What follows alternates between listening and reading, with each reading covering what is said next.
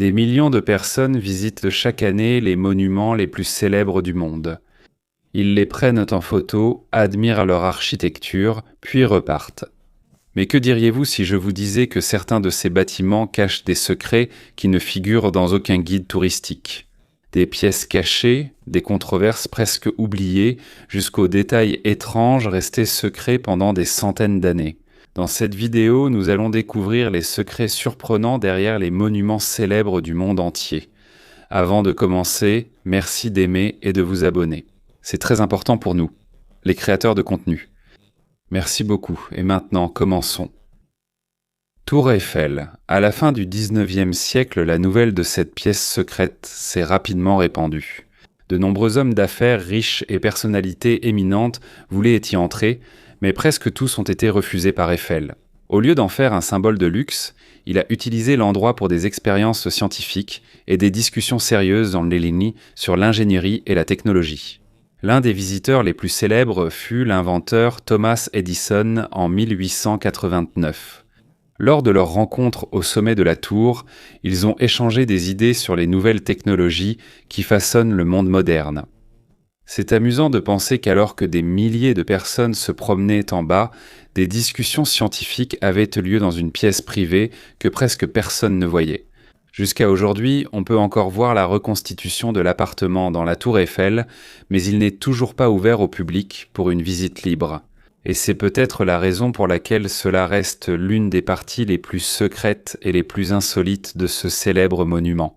Dans un bâtiment qui est devenu le symbole de toute la France, l'une de ses parties les plus intéressantes reste invisible pour la plupart des visiteurs. Alors que des millions de personnes lèvent les yeux vers la tour Eiffel chaque année, peu savent qu'au sommet se trouvait autrefois un lieu privé où se sont rencontrés certains des plus grands esprits de leur époque. Et cela nous rappelle que parfois, la partie la plus importante de l'histoire n'est pas celle que tout le monde voit. Et jusqu'à aujourd'hui, cela continue d'ajouter un chapitre unique à l'histoire du monument le plus célèbre de France. Chapelle Sixtine. Dans la gigantesque œuvre appelée « Le Jugement dernier », il y a une figure qui tient sa propre peau. Voici Saint Barthélemy, un saint qui, selon la tradition, a été martyrisé en étant écorché vif. C'est remarquable car de nombreux historiens de l'art pensent que le visage sur la peau pendante est en fait celui de Michel-Ange lui-même. En 1990, une étude publiée a affirmé que la forme entourant la figure de Dieu dans la célèbre scène de la création d'Adam ressemble à l'anatomie du cerveau humain. Depuis lors, il y a eu de nombreux débats entre les historiens, les médecins et les chercheurs. Certains pensent que Michel-Ange l'a fait exprès, car il était connu pour étudier l'anatomie humaine dès son plus jeune âge. D'autres disent que la ressemblance pourrait être une simple coïncidence. Il est important de préciser qu'aucune preuve officielle ne confirme que Michel-Ange ait agi ainsi intentionnellement. Mais c'est précisément la raison pour laquelle la chapelle Sixtine continue de faire parler d'elle aujourd'hui. Plus de 5 siècles se sont écoulés, mais il y a encore des détails à l'intérieur de ce bâtiment qui continuent de susciter de nouvelles questions chez les chercheurs, et c'est peut-être là le véritable pouvoir d'un chef-d'œuvre. Ce n'est pas seulement quelque chose que l'on regarde, c'est quelque chose qui continue d'être étudié, débattu et interprété par chaque nouvelle génération. Monument de Washington. La construction du monument a commencé en 1848 financé uniquement par des dons privés. En 1854, il n'avait atteint qu'environ 150 pieds, soit à peine un tiers de la hauteur prévue, avant que les fonds ne soient complètement épuisés. Au même moment, le pape Pie IX a offert un bloc spécial de marbre provenant d'un ancien temple de Rome comme cadeau pour l'intérieur du monument. Mais cela a provoqué la colère d'un groupe politique anti-catholique connu sous le nom de Know Nothings. Une nuit, ils ont secrètement volé le bloc de marbre offert par le Saint-Père et l'ont jeté dans le fleuve Potomac. Comme si cela ne suffisait pas, mais ils ont également pris le contrôle de l'organisation qui dirigeait le projet. À cause de ce chaos, le Congrès a retiré son soutien et la construction a finalement été arrêtée. Pendant 23 ans, le monument à moitié terminé est resté debout au milieu de la plaine. Pendant la guerre civile, ces environs ont même été utilisés comme dépôt militaire et pâturage pour les bovins de l'armée de l'Union. Lorsque Mark Twain a visité Washington dans les années 1870, il l'a décrit comme une cheminée d'usine brisée dont le sommet avait été coupé. Pour beaucoup, c'est devenu un symbole de la honte de la capitale des États-Unis. Ce n'est qu'en 1876 que le projet a repris sous la direction du corps des ingénieurs de l'armée américaine. Mais un nouveau problème est survenu. La carrière d'origine dans le Maryland, d'où provenait le premier marbre, n'était plus en activité. À cause de cela, ils ont été obligés de se procurer du marbre dans une autre carrière. Lorsque le monument a été terminé en 1884, les deux parties avaient presque le même aspect. Elles étaient toutes deux en marbre blanc et polies de la même manière. Mais au fil des décennies, la différence de composition chimique entre les deux types de pierres est progressivement apparue. À cause de cela, une différence de couleur plus nette est apparue entre la partie supérieure et la partie inférieure. Cette ligne est encore visible aujourd'hui sur le monument. Cela ne peut pas être enlevé sans démonter et reconstruire une grande partie de la structure. Ainsi, dans chaque photo du Washington Monument se cache l'histoire d'un cadeau volé du Saint-Père, d'un projet à court de fonds et d'une guerre qui a interrompu la construction. Tout cela est inscrit en deux couleurs différentes de marbre. Tour de Pise. La construction de la tour a commencé en 1173. Presque immédiatement, elle a commencé à s'enfoncer dans le sol mou et argileux de Pise. En 1178, après la construction du troisième étage, l'inclinaison de la tour était déjà bien visible. Au lieu de la démolir et de recommencer, ils ont été contraints d'arrêter le projet. En raison des guerres entre les différentes cités-États italiennes, la construction est restée interrompue pendant près de 50 ans. Lorsque les travaux ont repris en 1272, le nouvel architecte a été confronté à un problème qui s'était aggravé depuis longtemps. Il s'en est souvenu et a réfléchi à un moyen de corriger l'inclinaison. Si la tour penchait vers le sud, il ferait en sorte que les parties du côté sud soient d'un vent légèrement plus hautes afin de ramener progressivement sa direction vers une position droite. Le concept était bon sur le papier, mais il n'a pas complètement résolu le problème. Une partie des étages supérieurs a légèrement inversé la direction par rapport à la partie inférieure. Mais pendant qu'il faisait cela, les fondations continuaient de s'enfoncer. C'est ainsi qu'une forme étrange est apparue. En corrigeant toute la structure, ce n'était plus simplement une tour penchée. C'était désormais une tour qui se courbait clairement en montant. En 1372, le clocher a été construit tout en haut avec son propre ajustement afin de réduire l'effet de l'inclinaison. Même le nombre de marches du côté nord et du côté sud de l'escalier est devenu différent parce qu'un côté a été surélevé à plusieurs reprises. En d'autres termes, chaque génération de bâtisseurs a essayé à plusieurs reprises de corriger l'inclinaison de la tour. Mais chacune de ces tentatives a laissé une nouvelle trace dans sa forme. Donc si tu observes la silhouette de la tour penchée de Pise contre le ciel, tu remarqueras sa courbe subtile. Et c'est là que l'histoire devient encore plus étrange. Le bâtiment penché le plus célèbre du monde n'est pas simplement incliné. En réalité, c'est un bâtiment qui s'est penché petit à petit, tandis que les gens ont essayé de le redresser pendant des siècles. Machu Picchu. Le 24 juillet 1911, un conférencier de l'université de Yale voyageait dans les montagnes du Pérou. Il s'agissait de Hiram Bingham.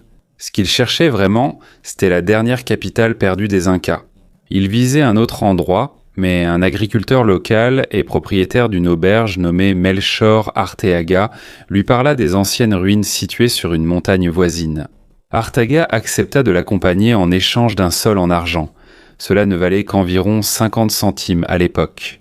Lorsque Bingham arriva au même temple 9 ans plus tard, il vit lui-même l'inscription.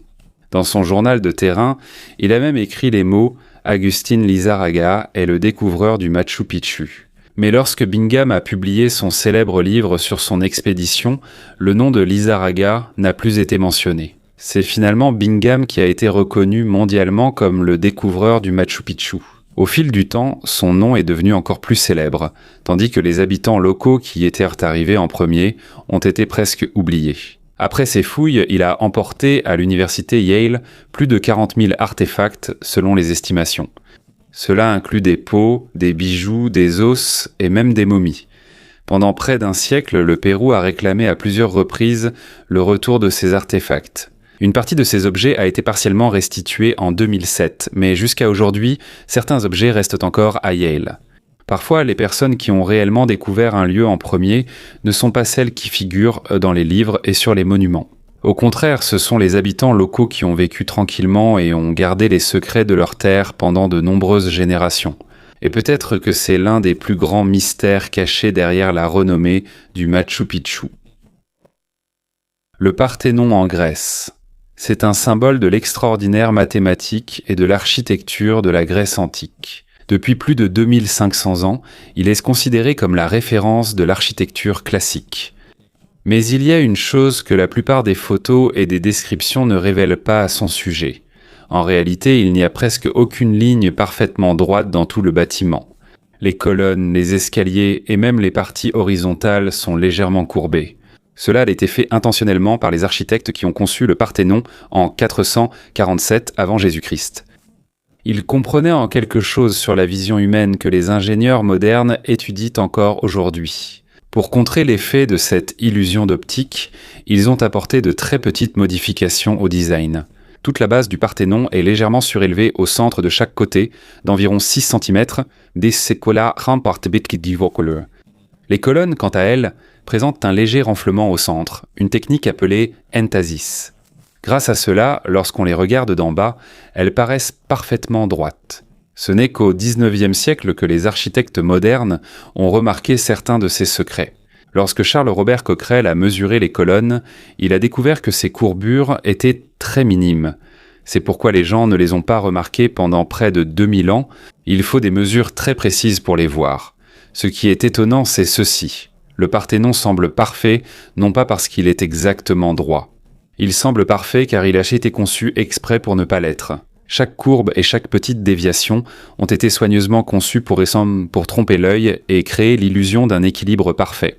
Depuis plus de 2000 ans, des millions de personnes ont admiré la beauté du Parthénon sans connaître les secrets cachés dans sa conception. Le bâtiment, souvent considéré comme un symbole de la géométrie parfaite, est en réalité un chef-d'œuvre d'imperfection soigneusement planifié. Parfois, la véritable perfection ne vient pas d'une exactitude absolue. Parfois, elle vient de l'utilisation intelligente de petites erreurs. Palais de Versailles. La Galerie des Glaces mesure environ 73 mètres de long et compte 357 miroirs. Ses 17 grandes fenêtres sont orientées à l'ouest, où la lumière du soleil entre directement chaque après-midi. À première vue, cela semble n'être qu'un très beau décor. Mais pour Louis XIV, chaque détail fait partie d'un plan plus vaste. Louis XIV est connu sous le nom de Roi Soleil. Ce n'est pas seulement un surnom, mais une partie essentielle de son image en tant que roi. Il voulait montrer qu'il était le centre du pouvoir en France, tout comme le Soleil est le centre du système solaire. C'est pourquoi presque chaque partie de Versailles a été conçue pour renforcer ce message. Au XVIIe siècle, les miroirs faisaient partie des objets de luxe les plus chers et les plus rares en Europe. À cette époque, Venise contrôlait la fabrication des grands miroirs. Mais Louis a secrètement encouragé les maîtres verriers de Venise à venir en France pour apporter leur savoir-faire. Lorsque la Galerie des Glaces a été achevée en 1684, elle a envoyé un message à toute l'Europe. Cela montrait que la France était désormais capable de produire des articles autrefois monopolisés par Venise.